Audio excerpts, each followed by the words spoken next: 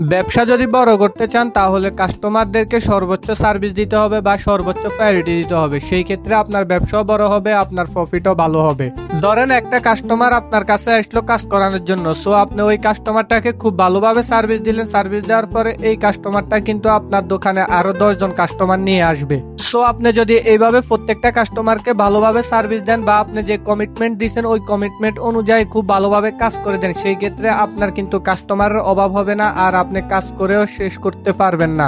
যেমন আমি এখন যে কাজটা করতেছি, এই কাস্টমারটাকে আমি প্রায় আরো 2 মাস আগে একদিন একটা ডিসপ্লে লাগিয়ে দিছিলাম। লাগিয়ে দেওয়ার পরে এই কাস্টমারটার খুব পছন্দ হয়েছে। সেই ক্ষেত্রে এখন ওনার বন্ধুর এই ফোনটা নিয়ে আবার আমার কাছে আসছে প্রায় 100 টাকা গাড়ি ভাড়া দিয়ে।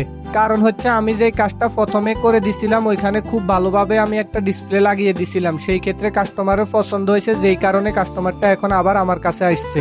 কিন্তু আমি যদি ওনাকে প্রথমে খারাপ একটা ডিসপ্লে লাগিয়ে কোনো রকম শুধু বুঝ দিয়ে দিতাম তাহলে এই কাস্টমারটা আমার কাছে কখনোই আর আসতো না বা আমি এই কাজটাও পাইতাম না। তো ব্যবসা যদি বড় করতে চান সেক্ষেত্রে কাস্টমারদেরকে ভালো সার্ভিস দিবেন, ভালো ব্যবহার করবেন, তাহলে কাস্টমার দ্বিতীয়বার আবার আসবে। আর দ্বিতীয়বার যদি কাস্টমার আপনার দোকানে না আসে তখন কিন্তু কখনোই ব্যবসা বড় হবে না।